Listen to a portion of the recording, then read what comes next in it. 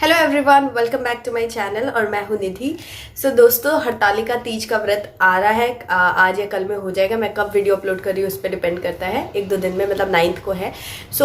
ये एक ऐसा व्रत है, ये नॉर्मल व्रत से थोड़ा डिफरेंट और डिफिकल्ट है क्योंकि इसमें हम पानी तक भी नहीं पीते हैं। तो जो महिलाएं प्रेग्नेंट है या फिर जिन्होंने अभी डिलीवरी दी है और उनका बच्चा भी 6 मंथ का कंप्लीट नहीं हुआ है, मतलब ब्रेस्ट फीडिंग पे डिपेंडेंट है, तो उन लोगों को ये व्रत रखते टाइम किन बातों का ध्यान रखना चाहिए जो कि बहुत ज़्यादा इंपॉर्टेंट है, उस पर ही आज का वीडियो है। So without much ado, let's get started.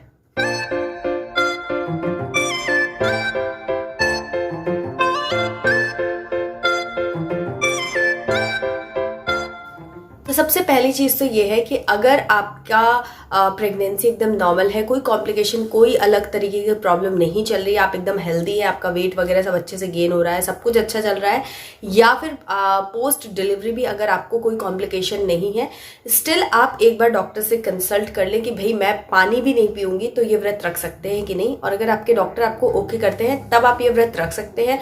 In normal conditions suggested नहीं होता है कि आप बिना पानी के रहें।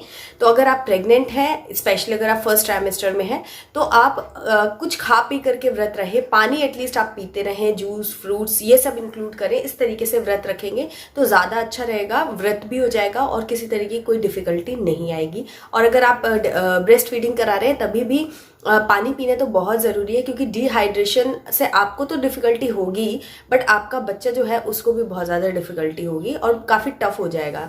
तो इसीलिए पानी पीजिए, पानी से रिलेटेड जूस वगैरह, मतलब अपने आप को हाइड्रेटेड रखिए। और कोकोनट वाटर सबसे बेस्ट है। अगर आप व्रत रखते हैं तो कोकोनट वाटर में आपको बहुत सारे न्यूट्रिएंट एक बार में मिल जाते हैं। तो इसलिए कोशिश ये करिए कि अगर आपके घर में अलाउ करते हैं और आपको डॉक्टर से भी कंसल्ट करने के बाद अगर आप खा पी करके व्रत वगैरह रखें तो बहुत अच्छा रहेगा, जिसमें आप फ्रूट्स खा सकते हैं, या खाना मत खाइए लेकिन व्रत का जो खाना होता है आप वो खाइए, तो वो ज़्यादा अच्छा रहेगा। सेकेंड चीज़ कि आप बहुत लंबे टाइम तक भूखे या प्यासे मत रहिए। अगर आप व्रत का खाना खा करके भी रह रहे हैं तो बहुत ज़्यादा लंबे टाइम तक आप भूखे ना रहे। हर 2-3 घंटे पे जैसे आपको भूख लगती है तो आप मतलब खाते रहिए, अच्छे से खाइए। और थोड़ा सा बहुत ज़्यादा आपको एक्सरसाइज या बहुत ज़्यादा आपको स्ट्रेस या एग्जर्शन नहीं लेना है, लेकिन थोड़ा थोड़ा बॉडी में मूवमेंट भी बना करके रखना है। एकदम पड़ नहीं जाना है कि मतलब बेड पे लेटे ही हुए हैं पूरे टाइम, मोस्टली टाइम आपने लेटने और सोने में बिता दिया, वो भी मत करिएगा। थोड़ा सा अपना नॉर्मल जो डे टू डे लाइफ की आपकी एक्टिविटी है उसको मेंटेन रखिएगा और टाइम टू टाइम खाते रहिएगा। देखिए, अगर आप अगर नॉर्मल कंडीशन है आपकी, कोई आपको स्पेशल मेडिकल कंडीशन नहीं है थ्रू आउट योर प्रेगनेंसी और योर ब्रेस्ट फीडिंग फेज, तो आपको ऐसा नहीं होगा कि अगर आपने पूरे दिन खाया नहीं या पिया नहीं तो आपको कोई बहुत बड़ी कॉम्प्लिकेशन आ जाएगी।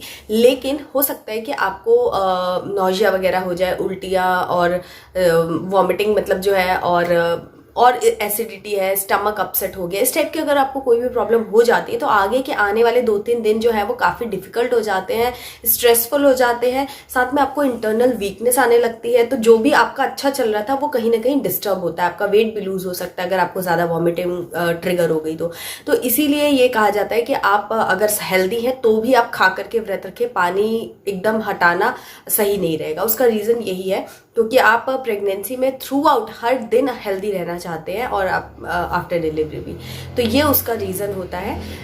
नेक्स्ट चीज़ ये है कि बहुत ज़्यादा मीठा, क्योंकि नॉर्मली लोग व्रत में क्या होता है मीठा खाना ही खाते हैं, तो अगर आप अलाउ करते हैं आपके घर में या आप खाते हो तो आप सेंधा नमक जो होता है उसको भी थोड़ा सा इंक्लूड करो अपनी डाइट में। जैसे मैं जब भी व्रत करती हूँ तो सेंधा नमक ज़रूर इंक्लूड करती हूँ, क्योंकि बिना सॉल्ट के मेरी तबीयत जो है वो ख़राब होने लगती है, मुझे डिजीनेस और अजीब सा फील होने लगता है। तो आप भी अगर चाहो तो थोड़ा सा शुगर, थोड़ा सा सॉल्ट सब मिक्स करके लो। कोई भी चीज़ में ओवरबोर्ड नहीं होना है आपको कि बहुत ज़्यादा चीनी वाली चीज़ें, मीठी चीज़ें खा रहे हैं या बहुत ज़्यादा नमकीन चीज़ें खा रहे हैं, ऐसा नहीं करना है। बैलेंस बना करके खाना है।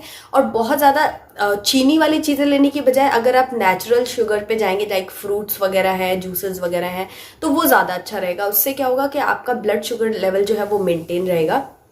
तो बहुत ज़्यादा मीठी चीज़ें खाने से आप बचिए, वो सही नहीं रहेगा आपके लिए भी और आपके जो आपका न्यूबॉर्न बेबी है या आपका जो अभी अनबॉर्न बेबी है उसके लिए भी वही अच्छा रहेगा, ठीक है। उसके बाद बहुत ज़्यादा चाय कॉफ़ी कैफीन मतलब जो है वो आप इंक्लूड ना करें, अगर हो सके तो टोटली उस दिन अवॉइड कर दें, बट अगर आपको आदत है तो आप 1 कप या 2 कप ज़्यादा से ज़्यादा ले सकते हैं विद लेस शुगर, क्योंकि जो कैफीन होता है ना वो डिहाइड्रेशन आपकी बॉडी में बढ़ाता है। तो वैसे ही आपका प्रॉपर रेगुलर डाइट तो चल नहीं रही है, उसमें भी अगर आपने बहुत ज़्यादा चाय कॉफ़ी ले ली कैफीन की वजह से आपको डिहाइड्रेशन की प्रॉब्लम हो सकती है। और डिहाइड्रेशन जो है वो अनबॉर्न मतलब आपके टमी में जो बेबी है उसको बहुत ज़्यादा मतलब डिफिकल्टी दे सकता है, उसको बहुत ज़्यादा स्ट्रेस दे सकता है, इसलिए डिहाइड्रेशन से आपको बचना है। तो उसके लिए आपको कैफीन वगैरह जो है वो भी रिस्ट्रिक्ट करना पड़ेगा। एंड उसके अलावा आपको ये ध्यान रखना है कि जैसे पूजा वगैरह हम करते हैं, ये तीज वाली जो पूजा होती है थोड़ी लंबी ड्यूरेशन की पूजा होती है, सिंपल वाली नहीं है कि बस गए अगरबत्ती दिखाई और हो गया, वैसा नहीं होता, थोड़ा लंबा ड्यूरेशन का पूजा रहता है।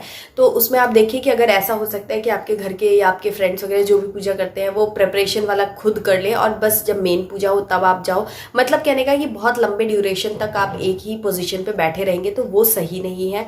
स्टिल अगर आप अकेले ही कर रहे हैं, सब कुछ आप ही कर रहे हो, तो आप थोड़ा ब्रेक ले लेके करो कि पहले थोड़ी प्रिपरेशन कर दी, फिर थोड़ी देर बाद रेस्ट लिया एंड देन फिर आप पूजा पे बैठे। तो इस तरीके से आप ब्रेक कर सकते हो और पूजा करते टाइम कंफर्टेबल पोजीशन पे बैठने का व्यवस्था हो उसका आप ध्यान रखिए। अगर आपको जैसे आपका लेट ट्राइमेस्टर चल रहा है तो या आपके स्टिचेस वगैरह है, मतलब अभी आपका 6 मंथ कंप्लीट नहीं हुआ है, तो आप एकदम नीचे ना बैठ के आप चेयर वगैरह ले सकते हो, स्टूल वगैरह ले सकते हो, जैसे भी आपको कंफर्टेबल लगना चाहिए। किसी तरीके से कोई प्रॉब्लम बॉडी में महसूस नहीं होना चाहिए, पॉस्चर में महसूस नहीं होना चाहिए। तो उस पोजीशन में बैठ करके पूजा कीजिए। और बहुत ज़्यादा लंबे टाइम तक एक ही पोजीशन में बैठना बिल्कुल भी सेफ़ नहीं है, स्पेशली जो लोग प्रेग्नेंट हैं उनके लिए। तो उस चीज़ का आप ध्यान रखिए। और बहुत ज़्यादा जैसे गर्मी वगैरह है ना, तो आप ध्यान रखिए कि बहुत ज़्यादा गर्मी वाले एरिया में या बहुत ज़्यादा टाइम अपने किचन में बिता रहे तो आपको गर्मी होगी, तो फिर वही आपको नौजिया वगैरह, डिजीनेस वगैरह प्रॉब्लम होगी। तो इसलिए अपने आप को कूल प्लेस पे रखिए और रेस्ट करते रहिए, काम करते रहिए, ऐसे मिक्स एंड मैच करिए। एकदम एक फ्लो में मत सोचिए कि सारा काम फिनिश करके देन फिर मैं रेस्ट करूँगी, ऐसा ना करके आप थोड़ा रेस्ट कीजिए, थोड़ा काम कीजिए और जितना एकदम ज़रूरी है सिर्फ उतना ही प्रिपरेशन कीजिए, पूजा की भी, खाने की भी, सब चीज़ों की। एंड अवॉइड कीजिए कि आप जैसे ये फेस्टिवल होता है तो उसमें क्या होता है कि लोग गैदरिंग करते हैं, मंदिर वगैरह में जाते हैं, तो एक तो वैसे ही कोरोना टाइम चल रहा है तो इसमें थोड़ा सा एक्स्ट्रा केयर आप अपनी रखें तो अच्छा रहेगा। दूसरा कि बाहर भीड़ भड़ाके वाले इलाके में मत जाए, क्योंकि ये फेस्टिवल टाइम रहता है, इसमें सब लोग पूरा साड़ी और इस टाइप की ड्रेसेस और एकदम अच्छे से तैयार हुए रहते हैं, और भीड़ भड़का में कहीं कुछ मिसहैप अगर आपके साथ हो जाएगा तो वो सही नहीं है। इसलिए अपने आप को भीड़ भड़ाके वाले इलाके से बचा करके थोड़ा सा, अगर मंदिर जाना भी है तो ऐसे टाइम पे जाइए जब ज़्यादा भीड़ ना हो और सेफली जाइए। अपना थोड़ा ध्यान रखिए, धीरे धीरे सीढ़ी वगैरह आप चढ़ते हैं तो उसमें भी एक व्यक्ति आपके साथ रहे, इस चीज़ का आप ध्यान रखिए। और अवॉइड कीजिए अगर ना हो, अगर पॉसिबल है कि आप बाहर जाना ना आपके घर में अलाउ करते हो कि भाई ठीक है मत जाओ इस बार, अगली बार चले जाना, तो आप अवॉइड कीजिए बाहर जाने से। बाहर क्योंकि वेदर का भी है और बहुत ज़्यादा लोगों से मिलना बहुत सारे कॉन्टेक्स्ट में कहा जाए तो सेफ नहीं है, तो इसीलिए अपने घर पर रहकर अपने घर के कंफर्ट में अगर आप पूजा करेंगे तो ज़्यादा अच्छा रहेगा। तो ओवरऑल आप मन से अपनी श्रद्धा के साथ में पूजा कीजिए। क्या आप खा पा रहे हैं, क्या आप नहीं खा पा रहे हैं, कितनी देर आप पूजा कर पा रहे हैं या क्या चीज़ें आप नहीं कर पा रहे हैं, उस पर फोकस मत कीजिए। जितने भी फेस्टिवल्स होते हैं ना वो आपके मन को पीसफुल और थोड़ा सा आपकी लाइफ में एक फन फैक्टर ऐड करने के लिए होते हैं कि आपको थोड़ा सा रेगुलर लाइफ से थोड़ा सा चेंज मिले, आप थोड़ा सा तैयार हो, पूजा करें, मन में एक पॉजिटिविटी आए, उसके लिए होता है। तो बस आप किसी भी चीज़ पे एकदम स्ट्रिक्ट मत होइए कि ये होता आया है तो अब मैं यही करूँगी। प्रेगनेंसी एंड पोस्टपार्टम पीरियड ऐसा होता है कि थोड़ा सा आपको अपने आप को मॉडिफाई कर लेना होता है। उसके अलावा जब आप नॉर्मल हो जाएंगे तो डेफिनेटली जैसे चाहो आप वैसे कर सकते हो पूजा और व्रत। तो एक बार अपने डॉक्टर से कंसल्ट करें और एक बार अपने फैमिली में बड़ों से डिस्कस कर लें, उसके बाद अच्छे से इस व्रत को निभाएं। मेरी बहुत सारी शुभकामनाएं आप सभी के लिए है, जो भी लोग ये हरतालिका तीज का व्रत कर रहे हैं, आप सभी को मेरी तरफ से हार्दिक शुभकामनाएं। और अगर ये वीडियो आपको पसंद आया तो लाइक, कमेंट और शेयर कीजिएगा और चैनल को सब्सक्राइब करके बेल आइकन प्रेस करना बिल्कुल मत भूलिएगा। मैं मिलती हूँ आपसे एक नई यूजफुल वीडियो के साथ, तब तक के लिए bye bye and take care.